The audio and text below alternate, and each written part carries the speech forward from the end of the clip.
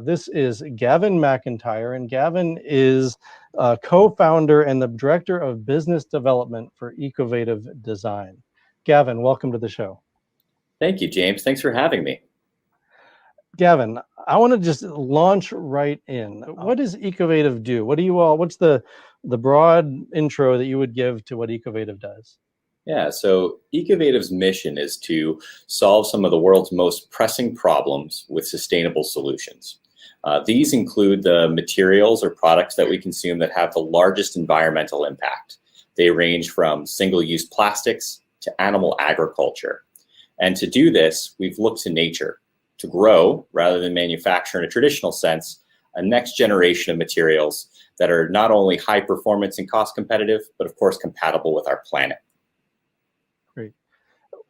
That's going to lead us, so folks in the audience, just so you know, what's going to happen here is there are several things that Ecovative is doing. We're going to kind of walk through the different things they do and have some fun along the way, so stay tuned.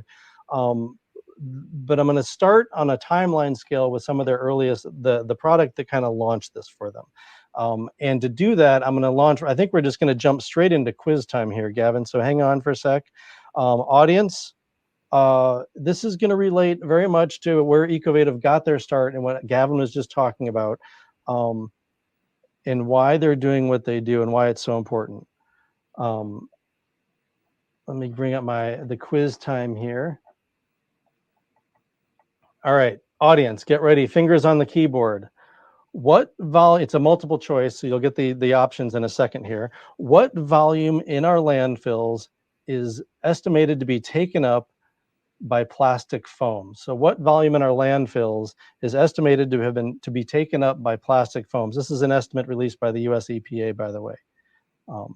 Is it 10%, 20%, or about 30%? What volumes of our landfills is presently taken up by plastic foams? 30, SJ, I think you probably meant 30. Thank you. Let's see, Terry said 30, Dina 30, Vicky 30, SJ 30, I'm going to say, or number 3, yeah, 30, right, 30. Anyone else, any other takers? We've got other people in here. Are you going to follow along with the leaders on this?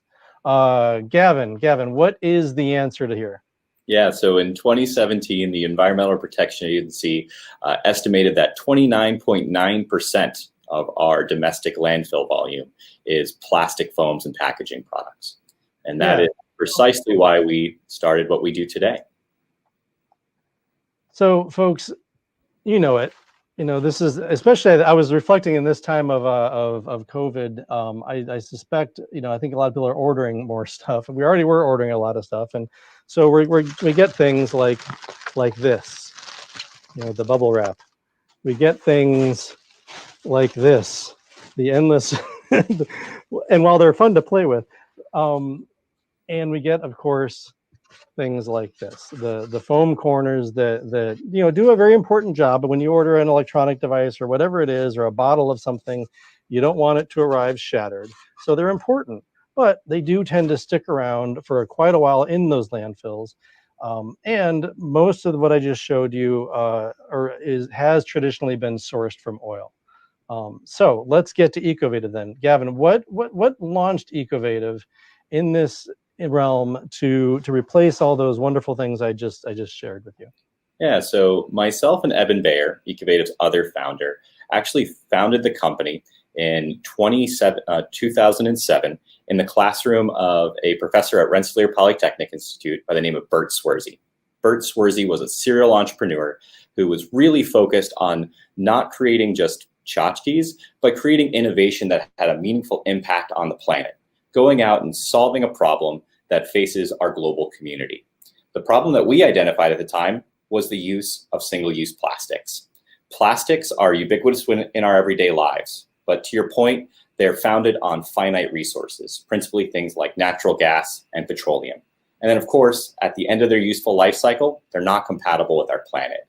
So they do accumulate in places like landfills and in our environment, as we've grown to provide more attention to how these materials accumulate in places like our oceans.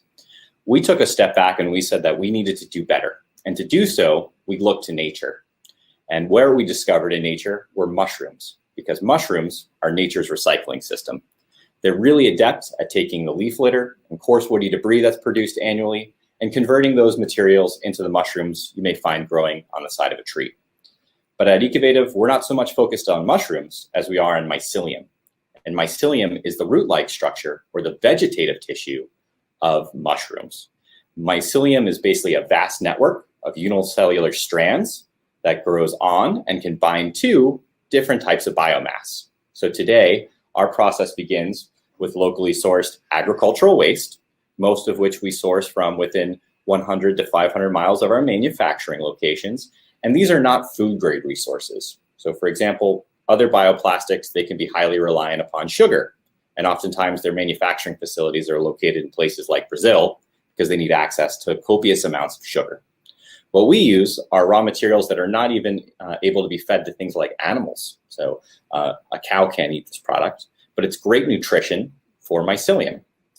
We take a mixture of these agricultural byproducts with a little bit of mycelium, and then we're able to transform this waste into a higher value product, be it something like a protective packaging material, like those behind me, which can serve as an alternative for plastics, or even alternatives for animal-based products. These include products like whole cuts of meat, which I know we'll talk about a little later. Yeah. So I'm gonna show some images here.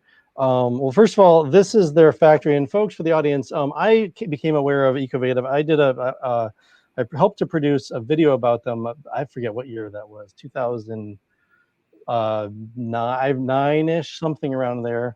I got to visit their facility, and their original facility. Gavin, where is this facility? This is in Green Island, New York, which is right outside of Albany. And right here in Green Island, all of our power actually comes from the local hydro plant. And it's a great location because we're nicely nestled around an agricultural community. Yeah.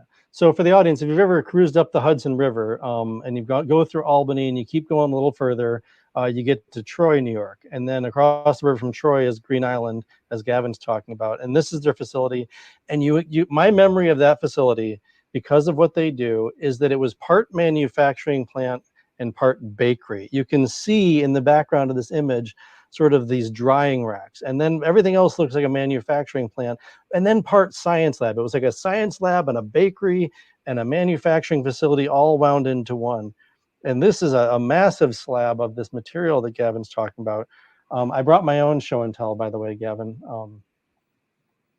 Brought some straw. Now, what materials, and go Fish, by the way. People who know me know that I love the band Fish. Just happened to find this cup.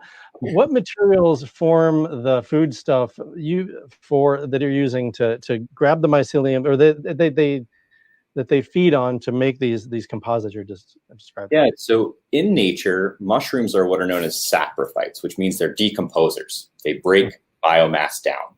And to date, we've assessed close to 600 different types of biomass. These range from seed husks or plant stalks, like corn stalks as an example, all the way through to things that we don't use because they had some other consequences like lobster shells. And as you might imagine, our product can grow on lobster shells, but it results in something that doesn't smell very good. So not a great packaging solution. These products all contain basically the building blocks of life. They contain things like cellulose, lignin, and chitin. These are the materials that mycelium is really adept at breaking down and converting into the natural glue that either forms or binds our products together. Mm-hmm. And so, folks, I've got here some of the things that they've, in this packaging, just some wonderful examples of what they've created. And you can see exactly how it's taking the place of those products I showed you before to create some, to protect some really wonderful. And Gavin, I'm assuming these are some of your actual customers and the product you're shipping. They are indeed, yeah. If you go back to the picture of our facility, what you'll see is in essence what we have is a vertical farm. So we really take advantage of the total space or the volume. And each one of those racks has trays and trays of growing material. So part of our mushroom protective packaging business is that we provide custom molded geometries to our customers, very similar to the plastic foams that are used to protect other products in transit. Our products provide that same degree of protection. They're just grown. The interesting thing about our process, though, is that unlike other agricultural processes, we don't need light. The mycelium derives all of its energy from growth from that biomass, and it occurs in a very rapid time scale. So our products grow over the course of just 6 days. At the end of that process, we do dry it in a giant baking oven, as you mentioned, and that's really to inactivate or ensure that the mycelium doesn't grow again after it's being used in its product form. Mm-hmm. Now, we've got this is a diagram that you all have of this production method. So, and I'll correct me as I walk you through this just kind of quickly. So you've got the top level is sort of the milling of the molds in which people are going to grow. You all are going to, or your customers are going to design the shape that they want to hold those products. Is that correct? That's correct. Yeah. So it's all custom design solutions for the most part. And so the way that our process begins is we will create a geometry that's to the design specification of our customer. Yep. We'll then create what are known as thermoform trays. You can think of these like the thin plastic blister packs that are used for other packaging solutions. This basically creates the cavity in which we pour the mixture of agricultural residue and mycelium into, in which it grows to take that final shape. These tools are made out of recycled plastic, and they're reused every 4 days of our growth cycle. So we use them over and over again in order to fulfill orders. So we don't need one tray for every piece we make. We only need the amount based on what the customer's order volume is on a monthly basis. We then allow that to grow for a period of 4 days. We then pop it out of the tray and then allow it to grow for an additional 2 days in a different environment. What's really cool about mycelium is that they are manipulated by their surrounding environment. So they grow in response to their environment. Very similar to how a plant will grow towards the light, mycelium have other types of stimuli that help create or direct their growth. After that growth process is complete, that's when we dry the product and we ensure that it won't become biologically active. So it's then ready to ship to our customers to protect their products in transit. Yeah. And folks, you can see in these images, you know, what starts again with sort of, you know, mycelium and a rough, you know, I'm showing straw here. I seeded my lawn recently. But you're using what, hemp and as you said, other agricultural waste. These rough materials can get ground, you know, shaped and ground and formed to what I would consider some rather beautiful shapes, you know, with the curves and the very intricate shapes to hold something like this device. Here's some other examples. Anything that can be that wine can be shipped in safely, it has my vote. You know, it's a pretty wonderful thing they're doing. All as I said, from a facility that's almost part bakery, part manufacturing. I also love, Gavin, and maybe I don't know if you could speak to this, if there's anything to this. You're nestled in a part of the Northeast that I think has a very rich industrial and manufacturing base along up and down the Hudson River. And I think I don't know. Talk about that. What your location in that location and the history of the Hudson Valley manufacturing and your part in that history. Oh, certainly. Yeah. So during the dawn of the Industrial Revolution, because our area is nestled between the Hudson River and the Mohawk River, this was really the epicenter of industry. And that ranges from textile production to meat packing. And this is where a lot of trade and transit came through. After New York City during this period, Troy, New York, which is right across the river from where I'm sitting right now, was actually the second wealthiest city in the state for that particular reason. Now, as we've shifted in terms of how our manufacturing technology is being employed to produce products, and of course how products are being manufactured more prevalently overseas now, it has provided an opportunity because there's this great infrastructure that already exists within our area. And such that when we look to start our first manufacturing facility and we look throughout the Northeast, we stayed where we originally began the company, here right outside of Troy, New York, because it had this rich history, because it had the infrastructure that we needed for a manufacturing business, and of course, because we're very closely located to a bustling agricultural economy. Mm-hmm. Well, yeah, it's there's just something so poetic, I think, about that, about your location, continuing this rich manufacturing history, but doing so in a way that's very much about the future and how manufacturing needs to be in the future versus, some of the ways it was done in the past. There's a couple wonderful questions here. We're going to go to some audience questions and then dive in, take us further into the story. Someone asked here. Let me get the question up here. And I can't see the name on this for some reason. Whoever asked this question, forgive me. Will you talk about disposal and composting? So I hinted before, Gavin, at we talked about when you get something like this, and then it goes in the landfill, and it sits there for Lord knows how long. When we get the bottle of wine or the face cream or whatever it is that gets shipped to us in your product, then what? Yeah, certainly. So being compatible with our planet was really one of our outstanding objectives with this product, and we needed to make sure that it didn't have any type of detrimental impact. So once you have your unboxing experience, or you're working with some other of our products, perhaps it is a piece of furniture as an example, at the end of that product's useful life cycle, you can break it up into small pieces just by hand and put it directly into plant-based compost. So this is home compostable, not just industrially compostable. And over the course of just 45 days, that product will passively return to the earth. We've done very deep assessments, including soil amendment tests, growing other plants to ensure that that plant health and viability is fantastic, as well as to ensure that there isn't any type of environmental toxicity. And our products today meet all of the environmental standards for the European Union, Japan, Canada, and the United States, and of course do serve as an active soil amendment. Now, what happens if this product makes its way into the ocean? We've had a relationship with the National Oceanic and Atmospheric Administration, tested this product's marine degradation in all of the oceans, and the product will entirely degrade and passively return to the ocean in just 180 days. So far less time than what you would see with a conventional plastic. It's Carolyn, you hear that? Carolyn, we have an oceanographer or an expert in that realm with us. That's fascinating to me that it takes longer in the ocean versus in the soil. I guess I can. Yeah. You don't need to go into that. That's an interesting. Well, yeah, it's important to understand why these things happen, right? So oftentimes when people think about biodegradation, what biodegradation means is that biology is actually just degrading it, maybe breaking it into small pieces. Yeah. That means that we could create microplastics if that occurs with plastics. And some microbes are actually quite good at breaking down plastics. Why compostability is so important is because it's actually taking advantage of the enzymatic toolkit, or how basically microbes eat. Right? So microbes produce these little compounds that are able to break down other types of natural materials. So in plant-based compost, bacteria and fungi provide these enzymes to break things down. And what's cool about our product and what's cool about mycelium is that its biochemical backbone is chitin, which is the same biopolymer that you find in lobster and crab shells. So the microbes that are in the ocean also have that same enzymatic diversity to break these materials down, but obviously in a very different environment. Yeah.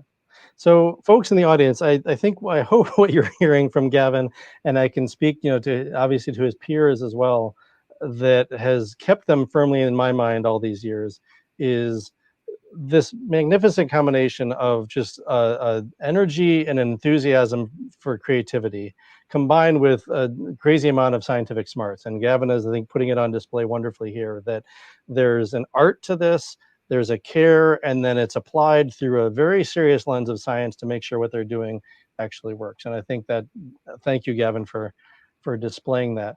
That was a wonderful question. And I want to pick up on a little thing. I kind of blew past it when I was distracted when Carolyn picked up on it, that you mentioned that some of your products will have seeds in them. When they go away, they can be a seed starter for additional growing plants. Is that right? Yeah, so actually it's not embedded with seeds, because if we put seeds in the product, the mycelium will actually eat them, because again, they're all plant-based material. But very similar to how we use, especially during this season, seed starters in plant pots. And one of our partners in California, the Paradise Packaging Company, they actually grow a lot of plant pots and seed starters to distribute through nurseries in Northern California. Okay.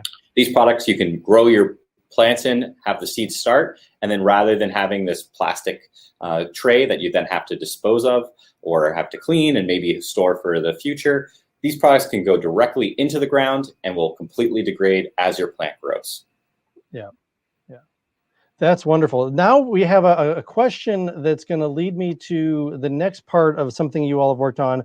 And then folks, again, hang in there because we're going to get to some other key uses they're doing, including the amazing work that's happening with food to get us all toward a plant-rich diet. So stay tuned for that. But before we get there, this is a question from Vicky. Vicky asks, do some folks repurpose these for their artwork? They are so beautiful. So Vicky asks, do some folks repurpose these for their artwork? They are so beautiful. Vicky, you are going to take us on a long roller coaster ride. And I think it's actually going to start, now that I think about it, it's going to start, we're going to go back to quiz time because this is going to be a wonderful entree into that answer. Because there are many, in short, Vicky, the answer is a crazy yes, but not just repurpose. And let's take this. Audience, get the fingers on the keyboard, get ready. What is the largest structure yet made by this technology? I asked Gavin, I said, what's the biggest thing anyone's made so far with this technology? Is it a sofa? You heard him reference furniture earlier, a tiny house, or a 3-story tower? A sofa, a tiny house, or a 3-story tower? Terry thinks big. He's going big with the tower. Who else? Vicky's going for number 3, the 3-story tower. The question may sort of, Carolyn's, everyone going for the tower. The question may sort of give itself away. I don't know. Or I'll give the audience credit for just being very bold and adventurous in their answers. Gavin, what's the answer? Well, we have grown all of those items, but the largest is a 3-story tower that was constructed in 2014 with the architecture firm In the Living and stood at MoMA's PS1 in Long Island City. So slow down on that. I was distracting people probably with this. This is a tree hugger featured it on their website. So tell us again about this tower. Yeah, so for this tower, we collaborated with an architecture firm called The Living, led by a gentleman by the name of David Benjamin. And for this project, we grew over 30,000 bricks that were grown over the course of just a month and a half. And then were shipped down to New York City and installed for an installation that took place over the course of 3 months. Thereafter, that was really our first foray in building materials. And since that time, we've actually created a wide family of natural building products. Those include, if I scroll my screen over here, acoustic panels. Let me get you bigger so folks can see that. There we go. So we provide a number of different acoustic panels. We have partnerships with individuals that make things like lamps. So these are mushroom lamps designed by a partner of ours, Danielle Trophy. And of course, building and construction insulation for thermal protection, a product that we've predominantly shipped over to Europe and has been used to insulate buildings like the Dune Foundation's headquarters in the Netherlands. That's incredible. That is incredible. All right, now, so to continue on our answer of Vicky's question, this wonderful tower, I want to bring up a website that gets to this as well. And Vicky, bear with me here. I got to find the website. It is, here we go. So this may be an answer also to your question, Vicky. This is, nope, sorry. This is, well, yeah. Gavin, I'll let you tell them. Tell us about Grow.io. So when we first got started, we were getting lots of inquiries from people that were along the lines of other things we could grow with mycelium. And they were asking, hey, could you grow me a mushroom beehive or a mushroom kayak? And the answer to all those questions was likely, but we really had to focus on the market opportunity that we foresaw at the time in order to make sure that we could be a sustainable and competitive business. But we wanted to make sure that others had the opportunity to work with mushroom materials too. So we started what we call our Grow It Yourself kits, which are through Grow.bio. And what this is, in essence, is like a mushroom sea monkey. You get a mixture of material that looks like agricultural waste, but when you add water over the course of just a couple of days, that mycelium will begin to grow, and then it can be molded into a wide range of shapes. And these have been used in everything from elementary school classrooms to grow things like those teddy bear forms that you see there, all the way through to different types of architectural and design houses that have used this product to make set and stage components, or even furniture that they then market and sell or use for installations. Yeah, and folks, I don't want to. It would take too much time for me to try to bounce around and find everything he's talking about. But if you kick around Ecovative's website, this is grow.bio. Grow your own. Google Ecovative, grow your own. You're gonna find endless images. Don't do it now though. Don't leave my show. Do it later. You're gonna find wonderful images of all the things people have created. And so, Vicky, I think you can let your mind wander, and any other artist or creative out there. If you can create a form for it, you can grow it. And they have wonderful instructions and videos on how to do it, to create your own form in just about any shape you could possibly imagine, for a useful item, an artistic item, a useful and artistic item, etc. All right, I think let me check on my quizzes here. I want to go. Actually, sorry, I've been remiss on our answers. We have a question from Carolyn about price points.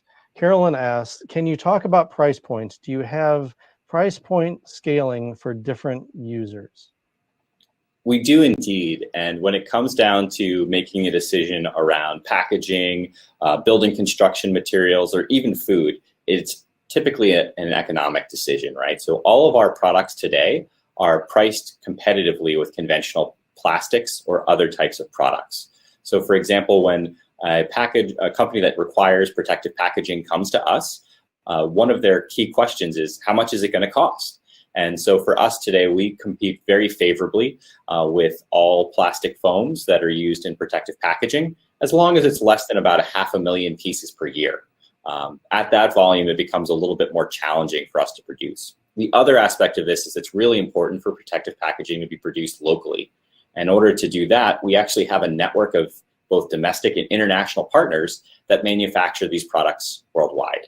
So today we have a partner on the West Coast that's producing products for protective packaging needs there, as well as throughout Europe, in the UK, as well as in the Netherlands and Italy, to produce packaging for those particular territories. Again, taking advantage of local raw materials and transforming those into alternatives to conventional plastics. And I'll talk about how we're doing the same now in alternatives to conventional meat. Yeah. And Carolyn, I don't know if you saw I think it might have come up a little bit. I won't go back to it again just for time's sake, but when you get into the grow your own kits, it's all really affordable. So folks want to do it at home, school projects, whatever it might be, it's all quite affordable. And the steps again are easy to do. There's some more questions. Thank you folks for coming into these questions. I want to come back to some of those in a sec, but I do want to move further into their territory, because I don't want to leave anyone with the impression that this is just about packaging materials. So we are going to go, well, let me first, Gavin, tell us, I know one thing you all do is the myco composite thing. Tell us a little bit about that, and then we'll get on to the food products. Yeah, so what we call our myco composite is using mycelium in essence as a natural and grown glue. And so that transforms agricultural waste into products like protective packaging and building construction materials, and even our grow-it-yourself kits. And we have a number of different types of technology to do that. Technology that's called solid-state fermentation. So liquid fermentation is how we create beer. Solid-state fermentation is how we grow mushrooms. Those were our initial products, and those are products that are most mature and ones that we continue to sell day in and day out. Now, one of the things that's really interesting about mycelium, and you brought up a picture of MycoFlex, and I'll show an image of it here, is that mycelium is actually very flexible and elastic. That's part of what makes it such a good protective packaging material as well. So one of the interesting things about this product is it's very low density, but we were always able to only grow it on and around agricultural waste. So in 2013, we began developing a method of growing just pure mycelium foams. Like this one here as an example, just a giant slab of just pure mycelium. And with that, we started to create a whole new family of products. These include highly elastomeric foams that can be used in footwear, to even creating alternatives to conventional products like bovine leather, where we no longer need an animal, but we can now create materials that look like, feel like, and have similar performance to things like animal leather. For us, as we developed that technology and licensed it out of house, that allowed us to then take a look at some other applications for pure mycelium. And one of the applications that we began to deeply look into was that of animal agriculture and how animal agriculture today relates to food. So, okay. Hold, Gavin, don't take us there yet, because I want to lead us into that just really quickly. So, folks, these are just, if you want to learn, Gavin, can I refer to them to the folks who are doing the apparel work? Is it both? Well, yeah. So for us, you can just go to our website and you can see how some of our platforms are being used today, Sure. and in a wide range. And we normally announce when we have new partnerships and things of that nature. And if you want to check out our website, there's a pretty diverse range of applications that we illustrate there. Wonderful, wonderful. All right, so there's that wonderful use of microfoam. And now Gavin's leading us to another critical area that they are working on, and that has incredible global implications. And we're going back to quiz time for this. So audience, again, get ready on your keyboards. So I'm not sure if everyone knows about this, or if everyone knows about this. This is here. Let me. There was a project called Drawdown that came out. It came out as a book, and it's a website. I highly encourage you to go visit it, and I can almost guarantee you, if they would say yes, that it will have them on the show at some point. One of the lead authors and editors of the book and in the project is a gentleman named Paul Hawken. If you've been around the sustainability space for any amount of time, you recognize his name. They did some wonderful work on categorizing what solutions would have the greatest impact on climate change. If we look forward, I think it was like dozens and dozens of them, and they categorized them and ranked them really. And some of them are surprising, but that brings us to the quiz that brings us back to Gavin. Where does Drawdown rank a plant-rich diet on its list of climate change solutions? So where does Drawdown rank a plant-rich diet on its list of climate change solutions? Is it number 1, number 4, or number 10? Number 1, number 4, or number 10? SJ, and I should get the list out actually. SJ says 1, Terry 1, everyone's saying 1. It's critical and it's highly important. And this, again, just a prestige, I suppose, if I can get them on the show.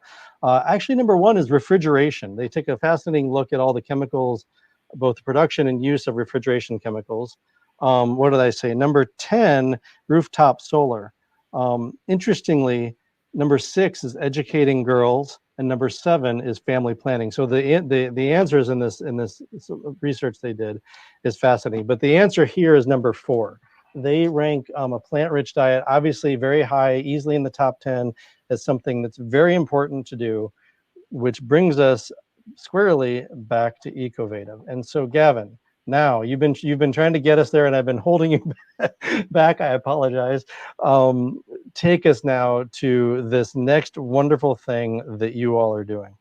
Yeah. So as you mentioned, animal agriculture accounts for one of the largest contributors to global greenhouse gas emissions, consumes the vast majority of our arable land, and a tremendous amount of our potable water.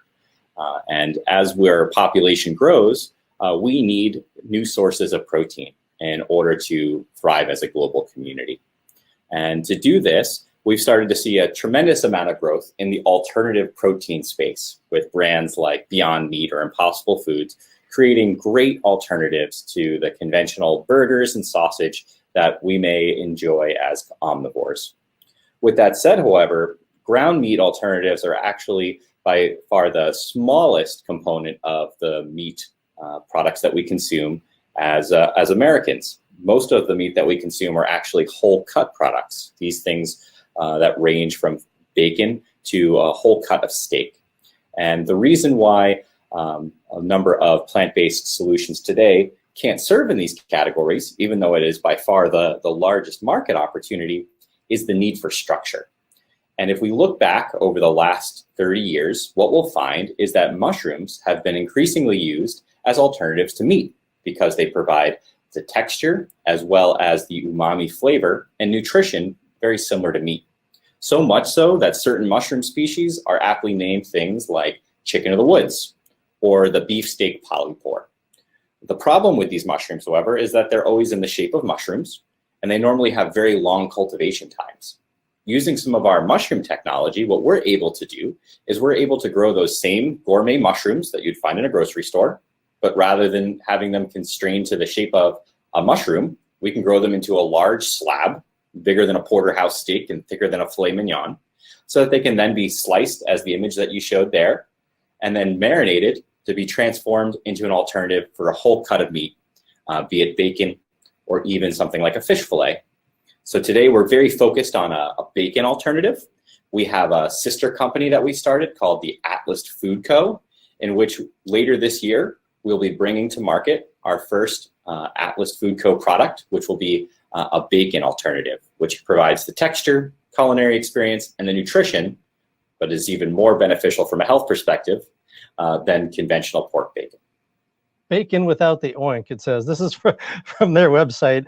And by the way, both folks, this is, I apologize, although I suppose it's, Gavin, I think this may be like the strongest way to spur interest in this product is to show this image and show this image right before lunch, because my guess is everyone's getting a little hungry, and this looks like an utterly delicious BLT made, I'm assuming, with the Atlas bacon. That's right. Yeah. So when we formulate our Atlas bacon, it actually has very few ingredients. And it's important for us too that we also provide the nutrition that we need. So the product is predominantly our mushroom ingredient. It has some coconut oil in it, as well as some other things like salt and sugar that people expect to have flavor-wise when they bite into a piece of bacon. Sure. Now, for those folks who, let me go back to the other picture, because I want to share a thought I had, and it was sort of in an internal. I will say I am a part of the problem. I eat meat, and so the plant-rich diet. It's not something I believe in, but it's my lifestyle has been in a different direction for a long time, and I love bacon. And I will say when I looked at this, I'm like, ew, that doesn't look very appetizing. But then I thought to myself, I'm not being very fair, because I went to my freezer, and I was freezer, so I couldn't get the whole thing. But if there's any concern of anyone, that like, well, that doesn't look like an appetizing beginning to a food product, I would just remind you that this is a bacon before it's cooked. So, it's delicious when cooked, but let's give fair is fair. None of the, before it's cooked, it's. And James, that picture that you showed there with the sliced product, that's actually the raw ingredient. My bacon or your bacon? Our bacon. So the big white slab sliced, that's actually our raw ingredient. So that's actually more similar to a mushroom. And in order to transform that, we actually marinate it. And we marinate in other ingredients, including a little bit of beet juice that provides some pigmentation and color. And then as the product fries, its aesthetics change as it cooks. So actually at the end of that cooking process, which takes typically about 5 minutes, it'll have the nice curl, that nice coloration that you would expect from normal bacon. And of course, when you bite into it, it can be chewy as well as crispy. Wonderful. Yum, yum, yum. We have a question we have a lot of questions we need to get to. And one of them is extremely pertinent. Temis put it in the over in the chat. I converted it into a question. So here we go. Temis asks, one of the problems with corn, and Gavin, this is not something I'm familiar with. You may be with corn, spelled Quorn, is that it is hyper processed. Does your product go through a similar processing? Yeah, so our product is very different than corn. So corn was originally developed in the 70s as an alternative protein source, and it's grown using liquid fermentation. So very similar to how we brew beer. And it's produced using an organism called Fusarium, which is actually a common mold, not a gourmet mushroom species. So it doesn't create the structure that our product does. So when it gets harvested, it actually does have to go through downstream processing in order to make it into something like a chicken nugget alternative. With our product, very similar to how mushrooms are cultivated, we harvest that fully assembled textural structure. So that at that point, similar to how you would marinate a steak before you throw it on the grill, you just marinate this in the same way, and it has very few ingredients. A number of alternative protein products, they have a laundry list of ingredients, and some of them are not recognized by the general consumer and can be really confusing. For us, we're very focused on being a whole food with ingredients that are very few and very recognized. So our list of ingredients are all things that you probably already have in your home pantry or refrigerator. Right. Wonderful. Thank you for that. So that was the answer about corn. Gavin, let me just take a quick second. I want to look through some of these questions and just put it's an order to them.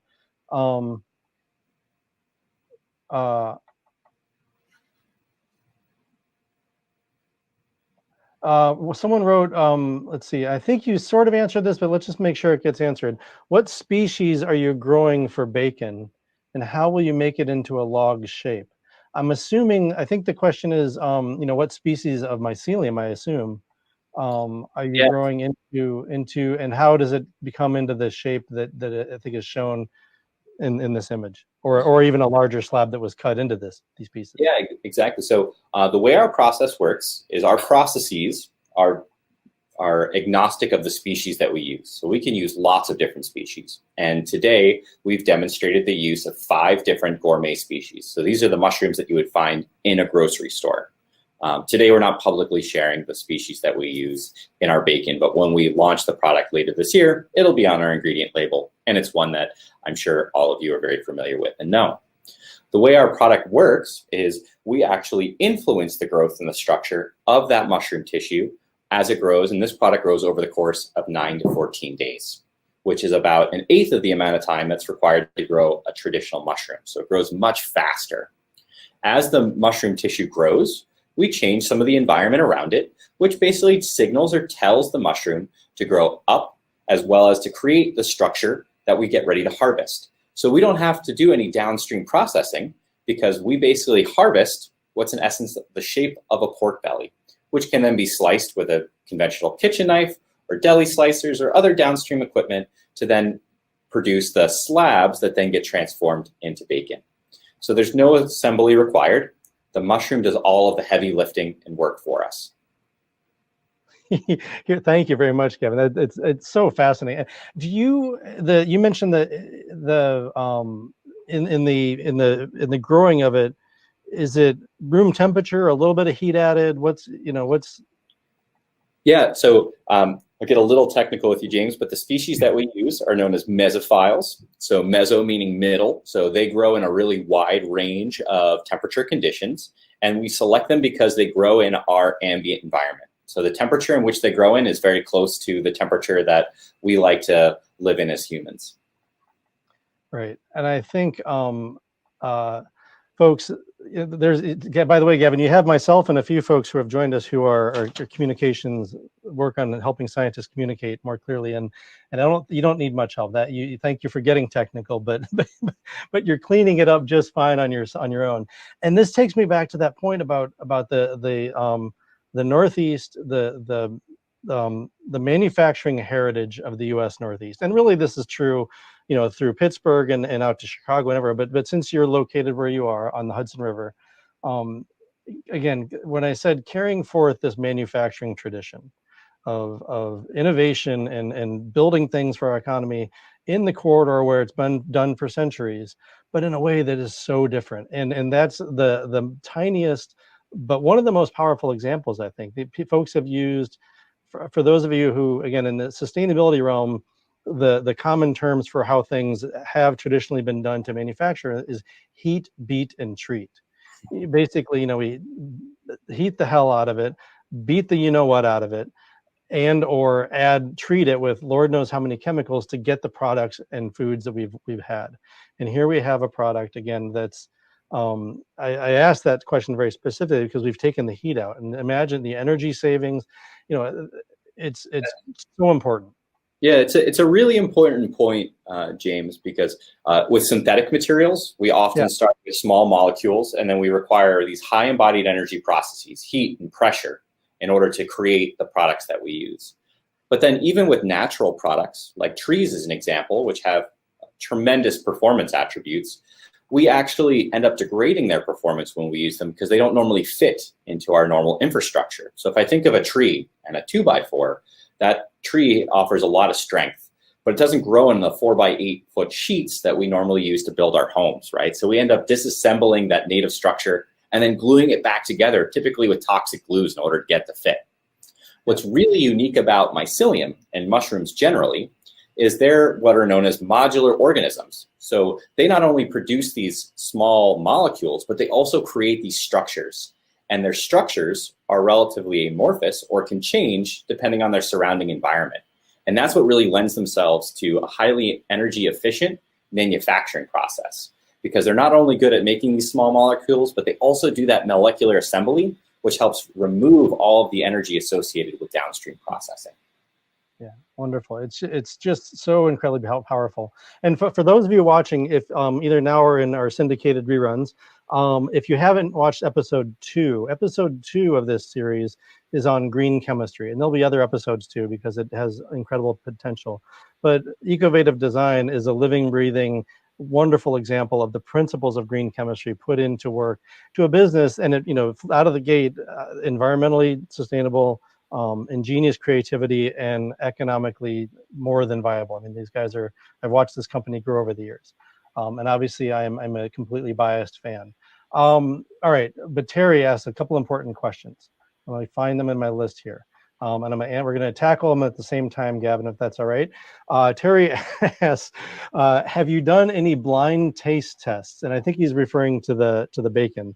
And can he volunteer? So have you done blind taste tests? And I think that's actually a wonderful question. Have you done these blind taste tests? Terry wants to volunteer for future ones. What have the results of those been? And tacked on to that answer, if you wouldn't mind, what other meat substitutes are you looking to down the road? Of course, yeah. So we have done blind taste tests. So a couple of things. We started off with just a beauty contest, in a sense, comparing our cooked product to other plant-based alternatives, as well as to bacon. And our aesthetic of our product after it's cooked actually resembles bacon better than any of the other incumbent products that are out there today. We've also recently completed a very large series of what are known as home use tests, where we've sent this product out into the wild without any instructions to how individuals cook these products in their home. Because James, you may cook bacon differently than I do. I might put it in the oven, you might cook it in a frying pan. And we can't anticipate all the different ways that people may cook the product, which could impact its texture and its resultant flavor. And from those results, what we found is that the vast majority of people who tried the product had an amazing culinary experience, cooks just like bacon and to their expectations, and they thought that the texture and the flavor was superb. So that's why we're really excited to release this product later this year. And Terry, I hope that you're one of those willing customers of ours later this year. So we'll look forward to getting your feedback on the product too. What's the release date of the bacon? So right now we are targeting sometime in the September-October timeframe. We'll likely be distributing predominantly within the Northeast, depending on where you're located, but we'll be doing some e-commerce sales. So we'll be selling that product primarily direct. In terms of refrigerated, I'm sorry? Does it need to be refrigerated? It is. It's a refrigerated product. So it'll be shipped refrigerated and then should be stored prior to cooking in refrigeration. To Terry's, I'm sorry. Let me actually, before I forget, because I want to get to Terry's other question, but and it's kind of a serious question for you, Gavin. You mentioned these wonderful home tests, sending it out to people, letting them do it as they will. Are you looking for people to volunteer and sign up for that, or is that is that wait list already full? Yeah, we are going to continue to do those because we're a technology company at our core, and so we continue to iterate. The product formulation has changed since even January of this year, and we're taking that feedback so that we can continue to refine and improve the product before it goes out to the general population. In other words, do you want Terry to sign up on the list to volunteer to receive future products to test them? Totally. Terry can get my email address from you, James, after this, and we can get him queued up to try it out. or hit up the website and send them some information, Terry, and anyone else. All right. So now the next part of that question was, what's next? Beyond beyond bacon. What's what's Beyond next? bacon is a great term because we are well beyond bacon. And we have a team of food scientists at the Atlas Food Co. that have developed an entire family of products. And how we actually selected bacon is we started to do a series of feasts, as we call them, where we had a 5-course menu of a number of different products that actually used the mushroom ingredient as the core structure and nutritional ingredient. And that was really important to us. And during that time, we tested a number of different products, an alternative for chicken breast, for fish fillets, for things like clams, as an example, and even alternatives for carbohydrates, because carbohydrates provide structure in things like pasta or baked goods, but of course have some nutritional deficiencies. So we're able to provide a protein-rich alternative to things like pasta, or even some confectionery items like crisps and baked goods. Mm-hmm. Wonderful, wonderful. I think that's. I'm gonna mark Terry's questions as answered. I think we've hit them up, folks. What I'm showing here now is the Atlas. It's atlastfood.co. That's their website. So you could go to that to keep abreast of what's coming from them.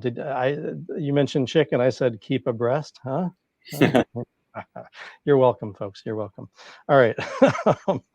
Let's check in on our questions here. Sorry. I try to avoid the jokes being too bad. I want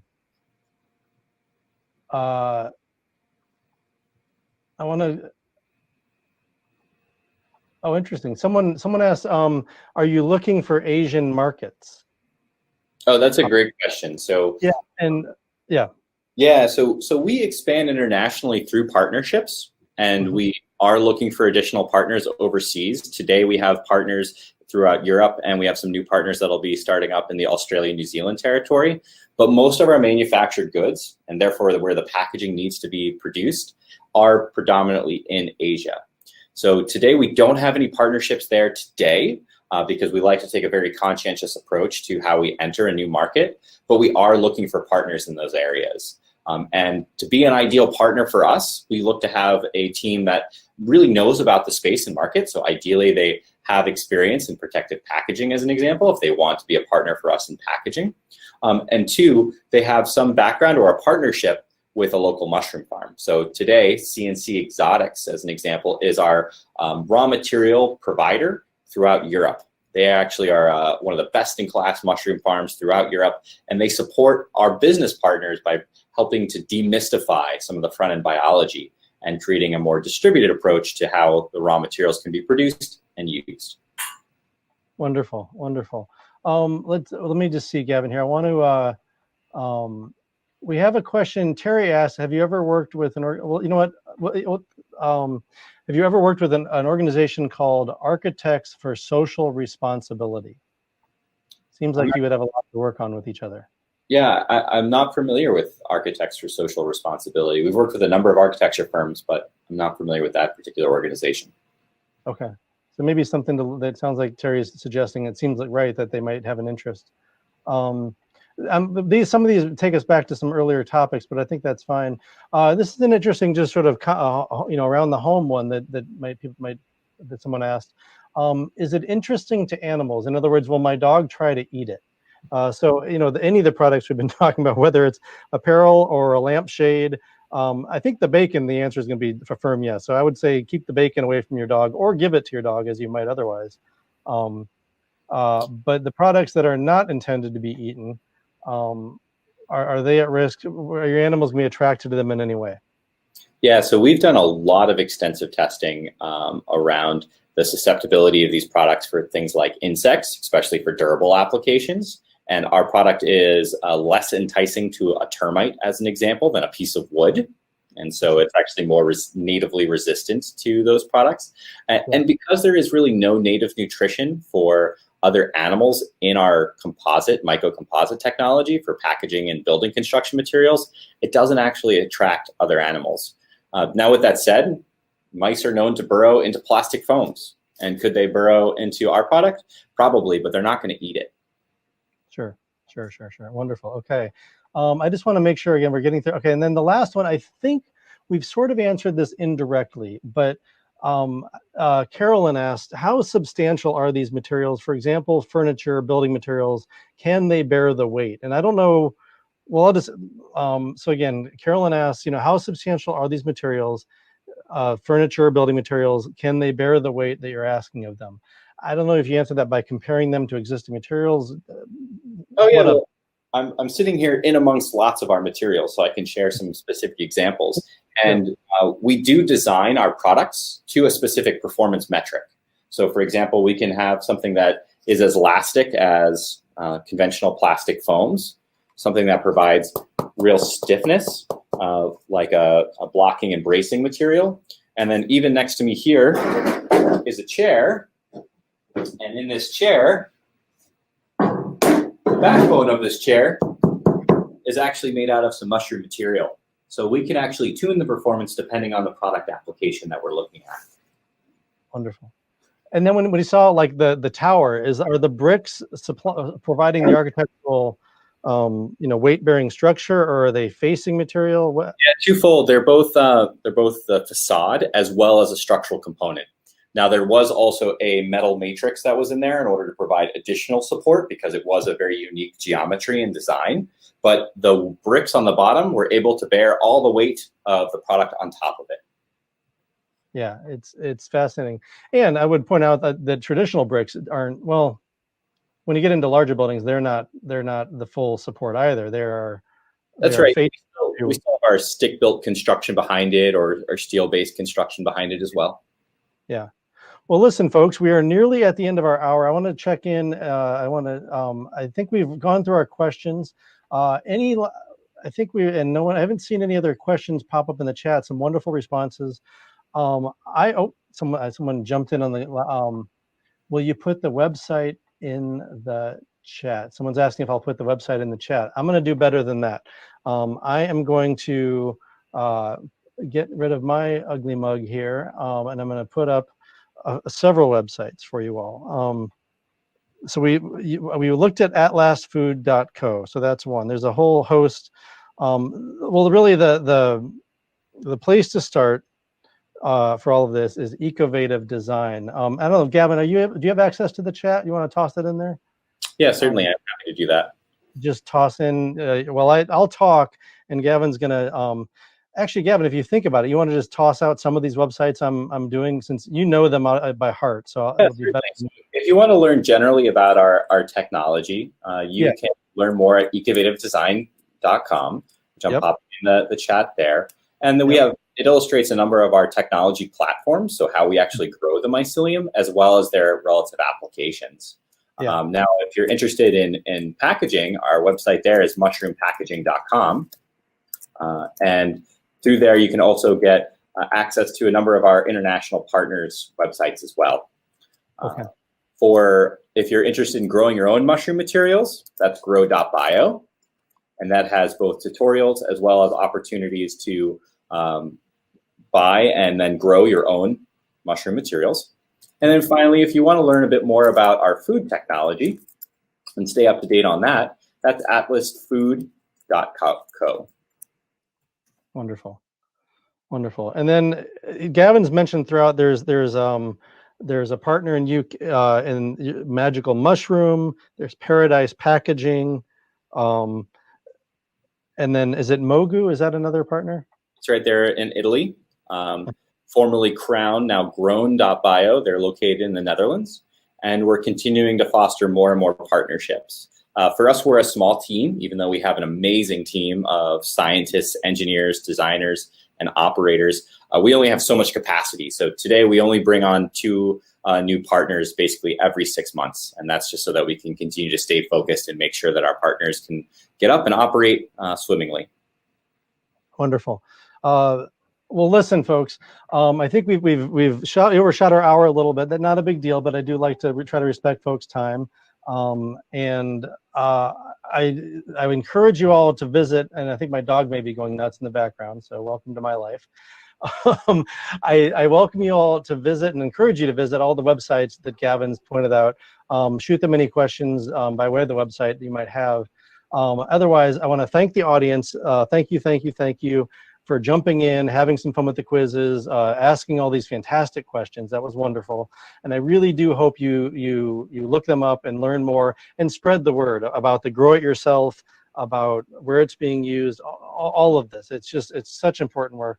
And most importantly, I want to thank you, Gavin, for most importantly, the work you guys are doing. Again, you serve, I think, as an inspiration in many ways to many different people, you and your colleagues, Eben, your co-founder, and all the folks on your team.